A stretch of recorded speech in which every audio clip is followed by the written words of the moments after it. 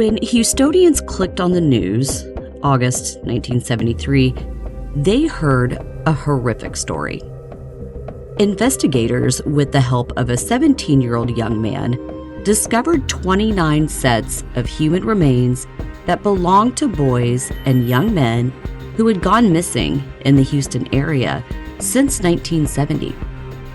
That same young man, on August 8th, shot and killed the man who he claimed killed the boys. And if he wouldn't have shot him, he and his friends would be dead as well. Days later, after the bodies had been exhumed, from 3 places, a boat shed in Houston, from beaches on High Island, and from property on Lake Sam Rayburn, they also came to discover that this boy, Elmer Wayne Henley Jr., and another boy named David Brooks were actually apprentices to the serial killer. And the serial killer's name was a man they wouldn't expect. His name was Dean Corll, who was known by local kids as the Candyman.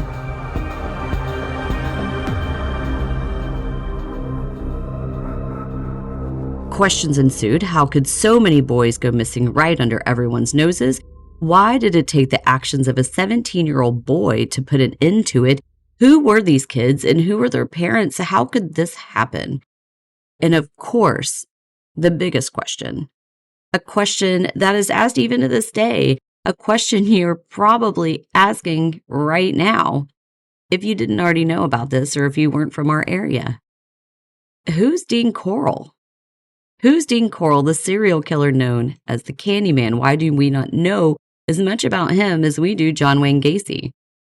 So what we're going to do is we're going to answer that question on this very episode. So we've got a lot to go over. Let's get started. My name is Jen Schaefer, and this is Crude Acts, a Texas true crime podcast, and this is Season 3, Missing and in Grave Danger, a continuation of Part 1 about the Houston mass murders.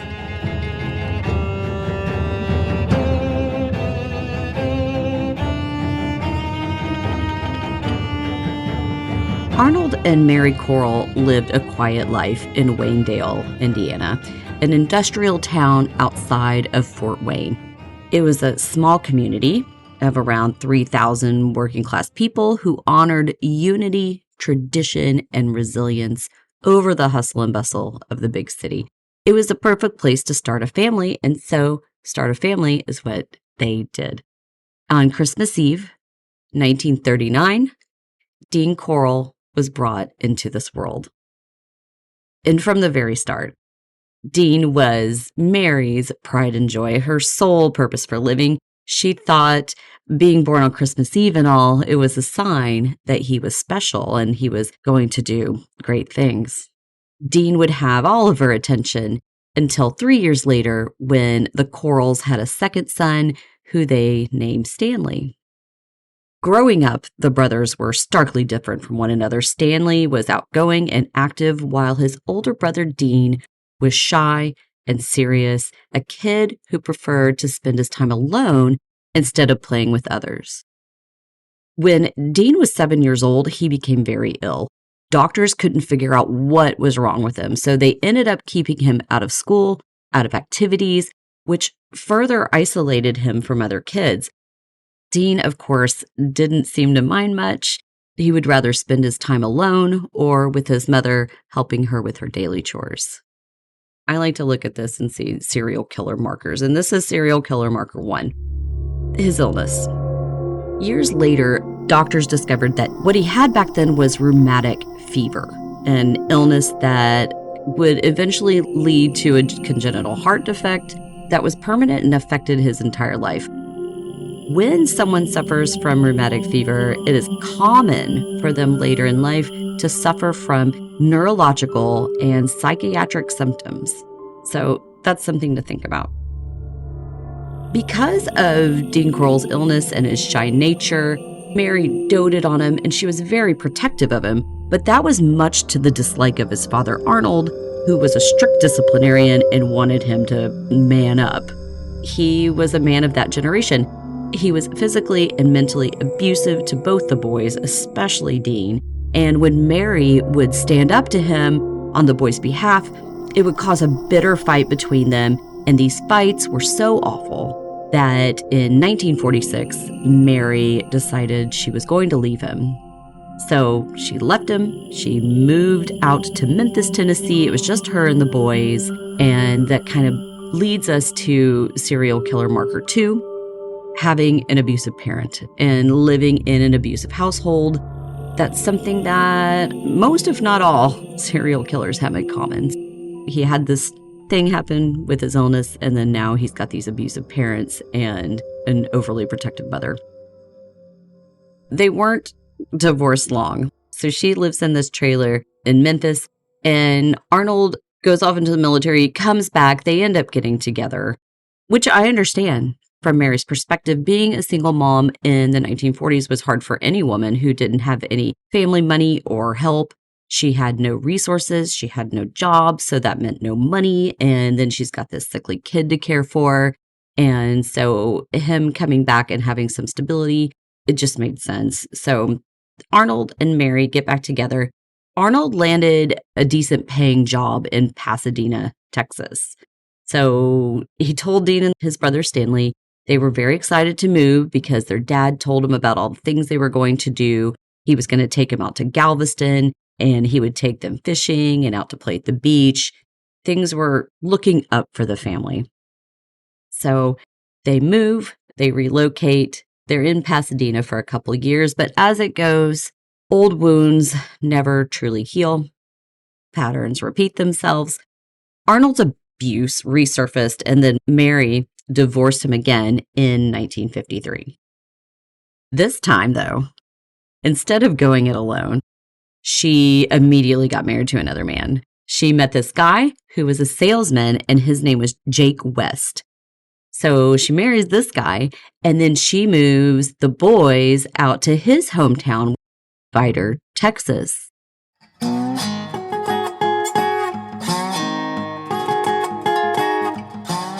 And there, her and Jack had their third child named Joyce. So they move from Pasadena out to Vidor. I want to talk just a little bit about Vidor, if you will. Especially for those of you not from the area, you may not know about this small town. So Vidor is a small town east of Houston. It's close to Beaumont, Port Arthur, a stone's throw from the Texas-Louisiana border. Some celebrities grew up in Vidor, lived in Vidor, country singer George Jones being one of them.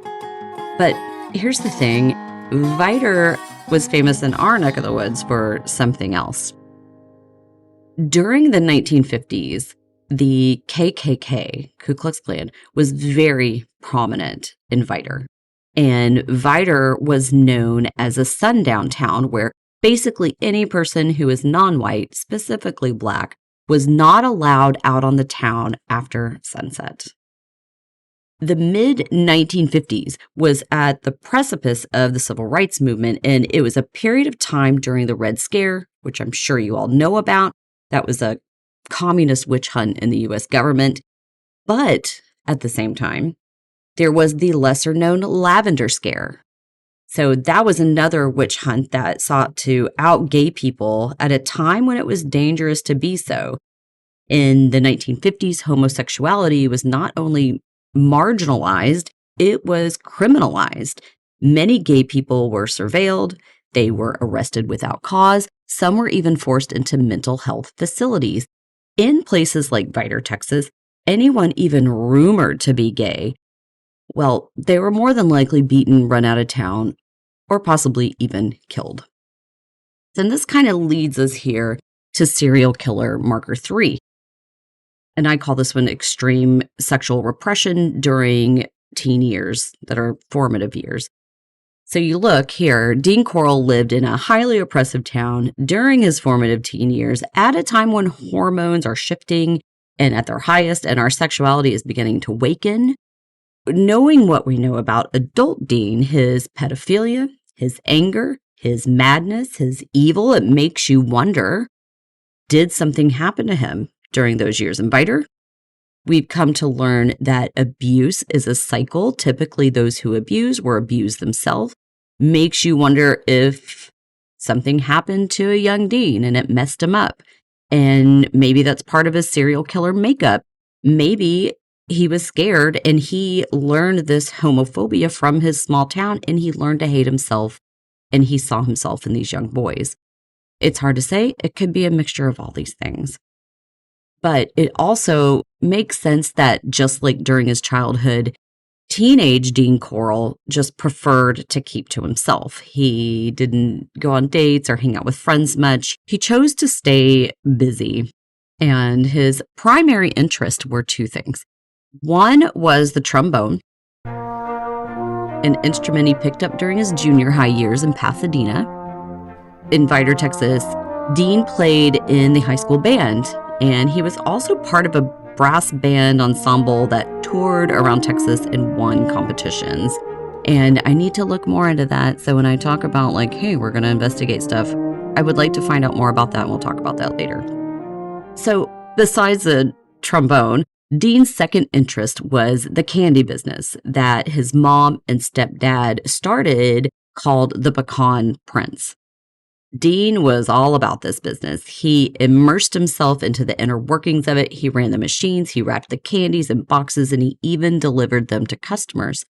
After Dean graduated from high school, he took a sabbatical from all of it. This was in 1958. So he left behind the trombone and the candies, and he moved to Indiana to live with his grandmother for a 2-year sabbatical. It was out in the country. It was slow. Maybe it was boring. I don't know.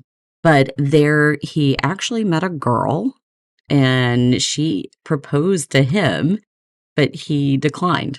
And in 1961, he returned to Texas.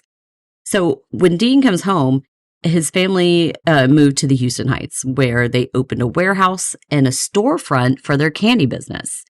Their location was across the street from Reagan High School, and Dean lived in the apartment behind the candy store. It's believed that not much happened at this time with him and with boys. We could be wrong. We just don't know. But he had a roommate at the time. His cousin, Judy, had a boyfriend named Jerry Allen who lived with them. And as a matter of fact, when police questioned Jerry about Dean, he was shocked by what he found out, and he described him as a well-mannered, well-groomed, and considerate person. He just couldn't believe that Dean Corll would do these things. But then cousin Judy added her 2 cents, saying, verbatim, "If any mother could have caused this type of disturbing behavior in someone, that would have been Dean's mom. She called this woman highly unstable, and that she constantly harassed Dean and made him work long hours in her candy store without a day off. And she alluded that their relationship was very codependent, a little like Norman Bates and his mother in the movie Psycho, which makes a lot of sense. Norman Bates was also a very well-mannered, well-groomed, and considerate person. And that leads us to serial killer marker 4. A dysfunctional mother-son relationship and an unstable life. So doting on him as a child is one thing, but when they have an unhealthy dynamic, that just doesn't suit anyone. In 1963, Mary divorced Jack West, and it was a tumultuous, nasty little divorce. And to be petty, go girl, she opened a new candy business to compete with him, and she called it the Corll Candy Company. And she named Dean vice president. And just like cousin Judy said, she relied on Dean to be, quote, the man in her life. Like I said, an unhealthy dynamic between mother and son, to say the least. That can cause some messed up things in an already messed up person. So during this time, Mary concentrated all her efforts on finding another man to marry. So the success of the candy business rested solely on Dean's shoulders. That is until August 1964, when Dean Corll joined the U.S. Army. Dean kicked off his Army career in Fort Polk, Louisiana for basic training, and then to Fort Benning, Georgia to train as a radio repairman. He finally landed a permanent assignment in Fort Hood, Texas, which is now called Fort Cavazos. Side note, I really want to do a season on Fort Hood / Fort Cavazos. Lots of crazy stuff has happened there over time, and I hear it's possibly haunted, which haunted things are my jam, but there's a lot of stuff that's happened there. And I know you know some of them, but when I dug into it, there's a lot more. So stay tuned for that. I really want to do that. So anyway, back to Dean.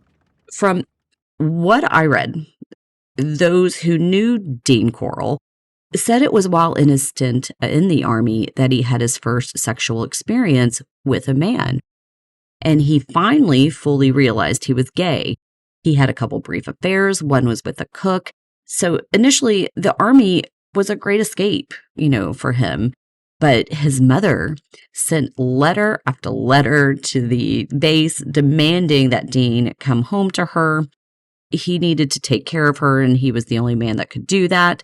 And it worked.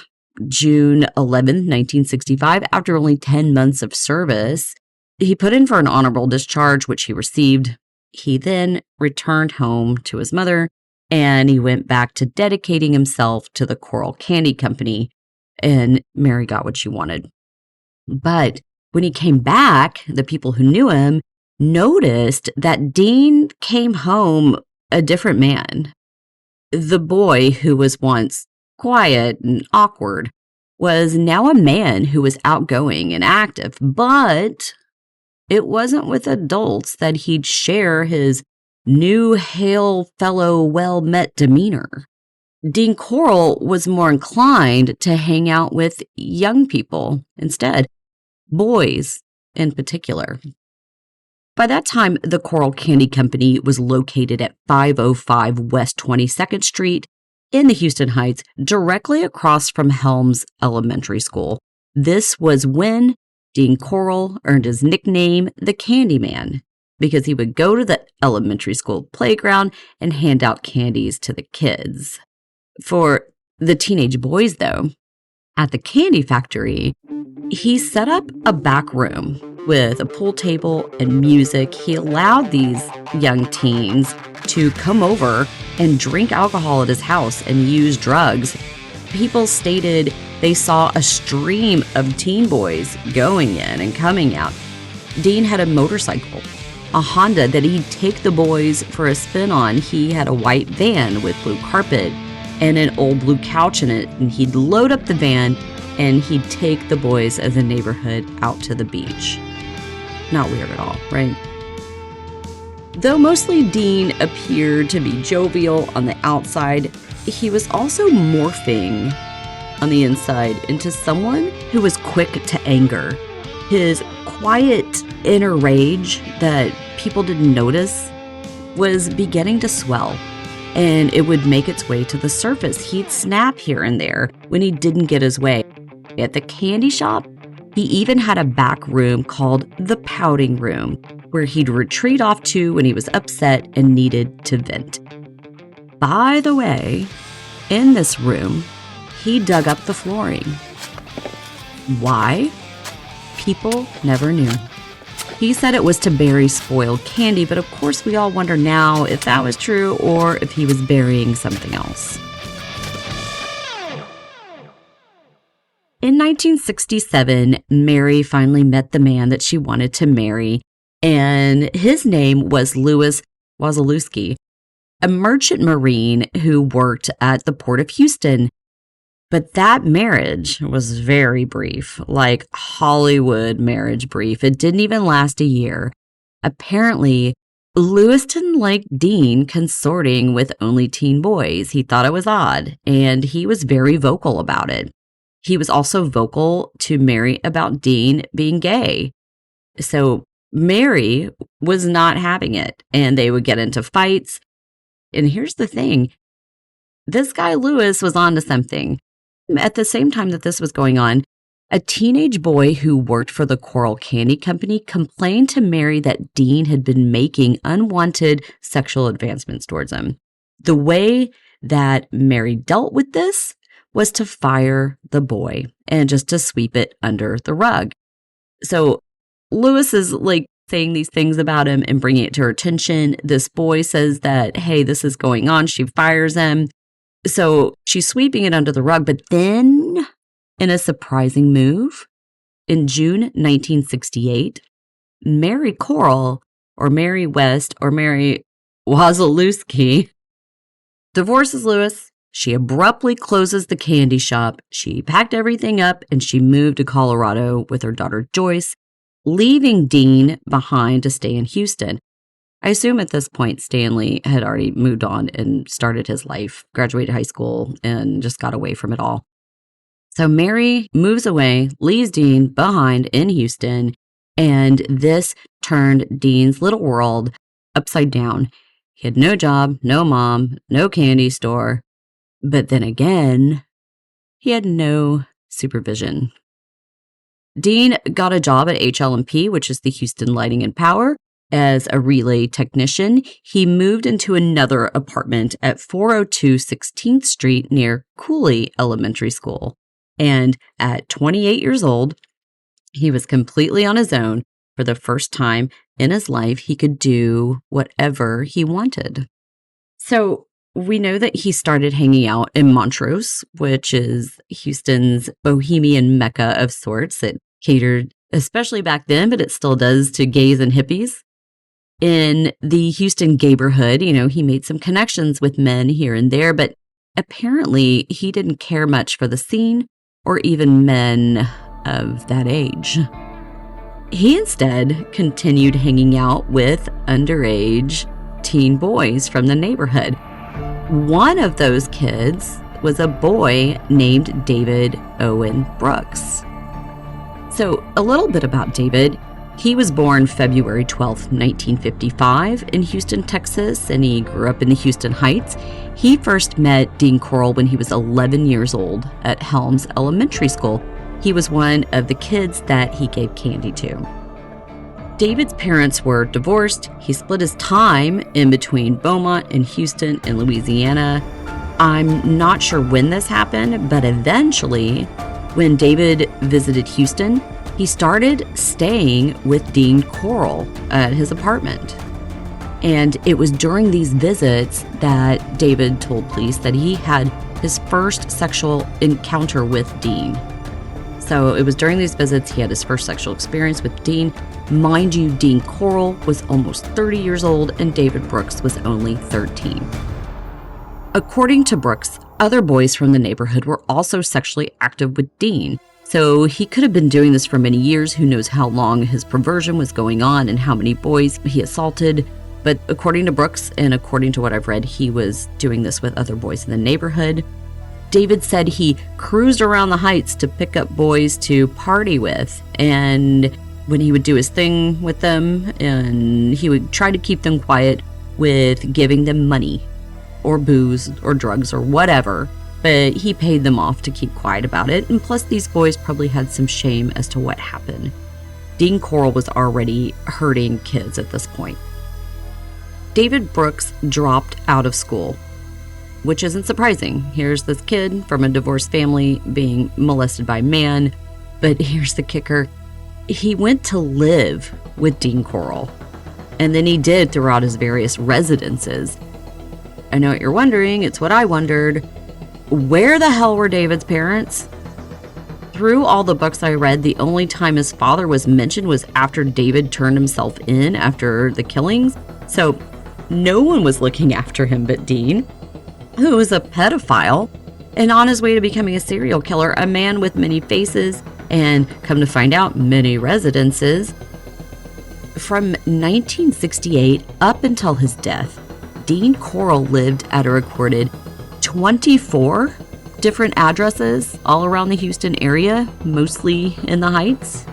A big part of my research for the story was looking up all the addresses, creating a Houston mass murders map with a supplemental spreadsheet of all the places Dean lived and where he killed and where his victims were buried.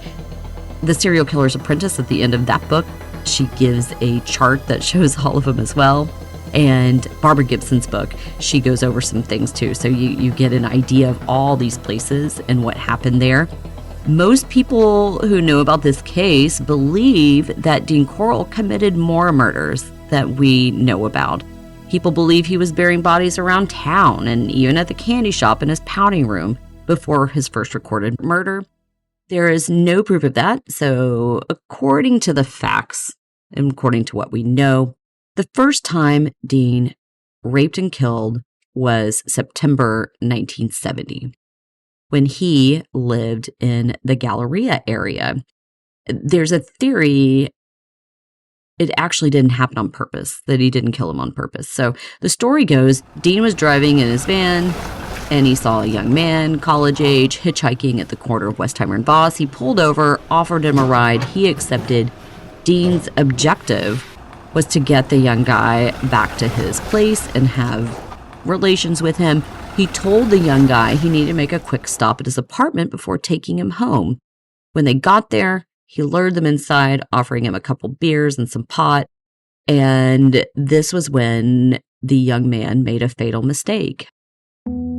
He went in the apartment with him, and it was there at the apartment where everything was chill at first. Dean eventually got him stoned, got him drunk, and then he made a pass at him.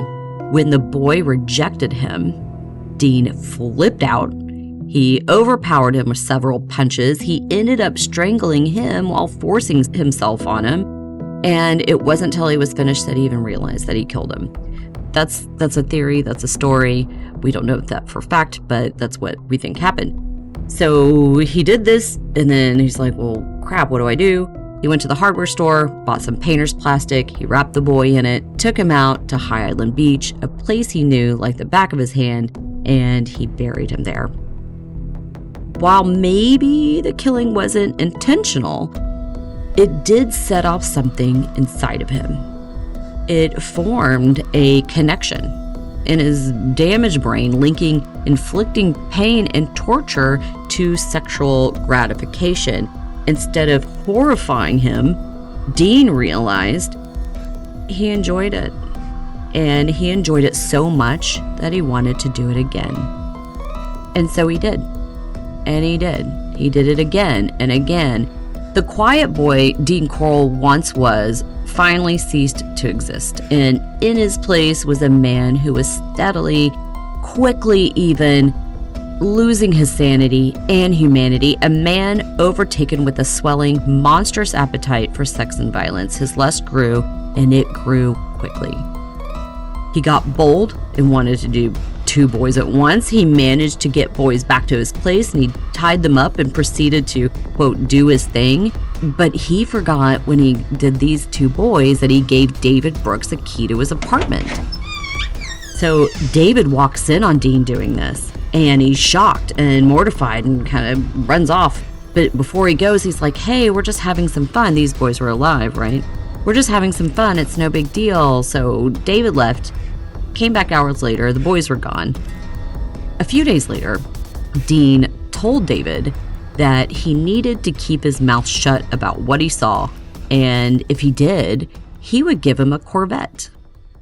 He also told David he was part of an organized crime ring that sex trafficked boys, sending them off to California and such. He told David that he would pay him $200 a pop to lure boys to him, like a spider does with flies. Bring him the bad boys, bring him the troublemakers, the boys who, quote, didn't matter, is what he said. And sadly, David agreed and quickly learned the boys weren't being sent away. They were being killed. Fast forward, David starts this thing with Dean. He brings him the boys. Dean kills them. Dean and David's murder count got up to 7. But then someone new entered the picture. Elmer Wayne Henley Jr. was only 15 years old in the winter of 1971 when David Brooks introduced him to Dean Corll. He'd met David a few years earlier at Hamilton Junior High. They hit it off from the start.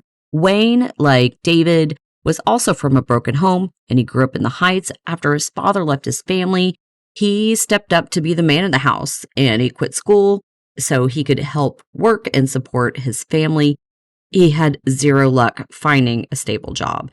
He tried to join the Navy, but he was too young. They rejected him. After this rejection, he became despondent. He just started to drink heavily, smoke pot, paint from a bag. He was just out of it.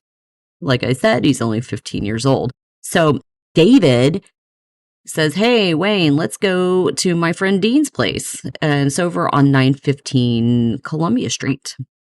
So Wayne goes with David. He was intended to be a victim. But while hanging out, Dean took a liking to him and decided to instead try to use him for his operation. He knew Wayne needed money, so he offered him the same deal as Brooks, $200 a boy for a sex trafficking ring, a call boy type service where they'd bring in boys and they'd ship them off to California. Wayne, just like David Brooks, accepted and would soon discover the boys were not being sent off to California. They were being massacred. It wasn't until months later at 6116 Schuler Street that Wayne joined in on the killings. And then, one by one, he would bring boys to Dean Corll, many of whom were his friends. They thought they were going to a party with beer and weed, and instead, they were tortured, raped, and murdered. Wayne would even end up killing some of the boys himself, either by gunshot or strangulation. And he would help bury them in the boat shed, on the beach, or by the lake after the party was over. In 1973, at Dean's final residence, 2020 Lamar Street in Pasadena, a house that belonged to his father, the killing trio killed 8 more boys between March and August. The Houston mass murders body count rose to 29 boys and young men. During his time at 2020 Lamar Street, Dean's easygoing facade began to crumble, and those who knew him best saw signs that it was doing so. On July 25th, Dean telephoned his mother, Mary, and he told her he was in trouble, that he needed to leave town ASAP, that he might even try to take an overdose of pills, that he wanted to die.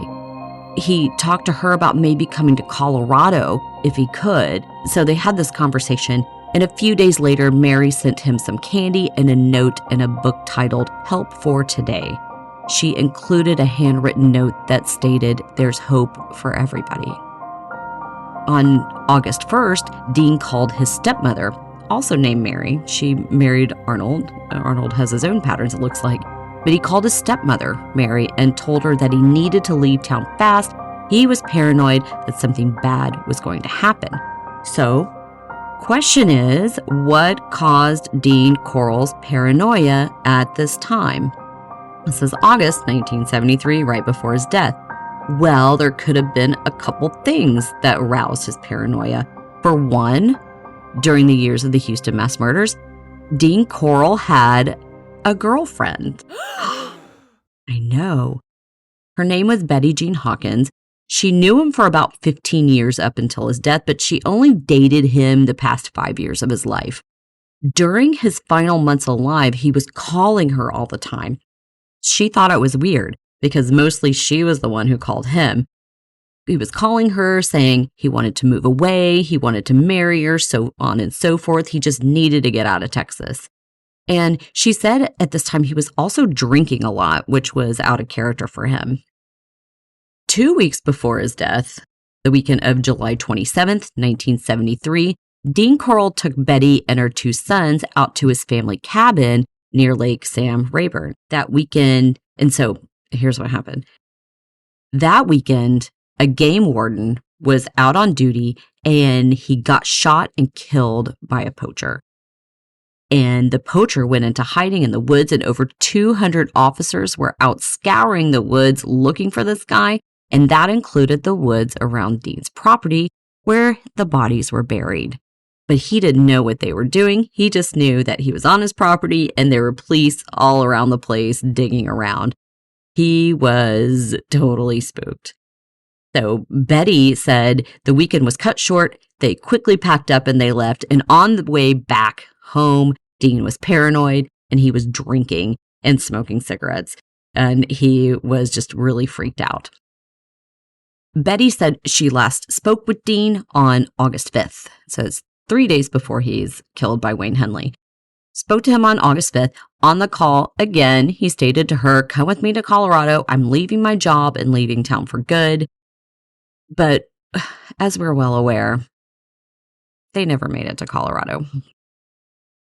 The other reason I think Dean was paranoid at this time is something I'll get into in the future episodes. I do believe that there was some bigger, sinister things going on nationwide that Dean was a part of, and the walls were beginning to close in. And I think that's part of it. Suffice it to say, I believe things were just coming to an end for Dean Corll, regardless of what we know happened to him. That final crescendo in his symphony of murder, which happened August 8th, 1973 at his house. I told you that story in episode 1, what happened, how Dean Corll was shot and killed by Elmer Wayne Henley Jr. Dean Corll died naked, splayed across his hallway floor with a pool of blood caked in the pea green carpet beneath him. I'd call it a fitting ending to a man who caused so much pain and so much loss and left in the wake of his actions a remaining resounding grief that will itself never die. They buried Dean Corll August 10th, 1973 in Grand Memorial Park in Pasadena, Texas. In attendance was family members, his girlfriend, quote unquote, his beard, Betty Hawkins, and a man who claimed to be a high school friend, and we will discuss him later. For the rest of her remaining life, Dean's mother, Mary, insisted to anyone who would listen to her, insisted her son had been framed for the murders. Her words were echoed by Betty, who further stated Dean tried hard to get away from those boys, but they just kept following him wherever he went. But in the end, who was actually cursed? Was it the Pied Piper himself or those boys who followed him? I think we know the answer to that. And what we're going to do is we're going to talk about those boys on our next episode. There's a lot to go over.